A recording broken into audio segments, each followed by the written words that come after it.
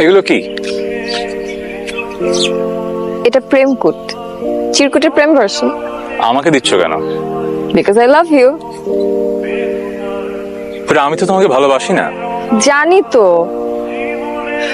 তোমার আমাকে ভালোবাসার দরকার নেই, কিন্তু আমি তোমাকে এত ভালোবাসবো যে তুমি সেটার এফেক্টই সারা জীবন শেষ করতে পারবে।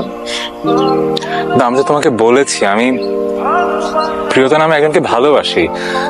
ওকে আমি এখনো ফিল করি, ওর প্রতি আমার ফিলিং কখনো যাবে না হয়তো, আর হয়তো আমি তোমাকে কখনো ভালোবাসতে পারবো না। So what's the point?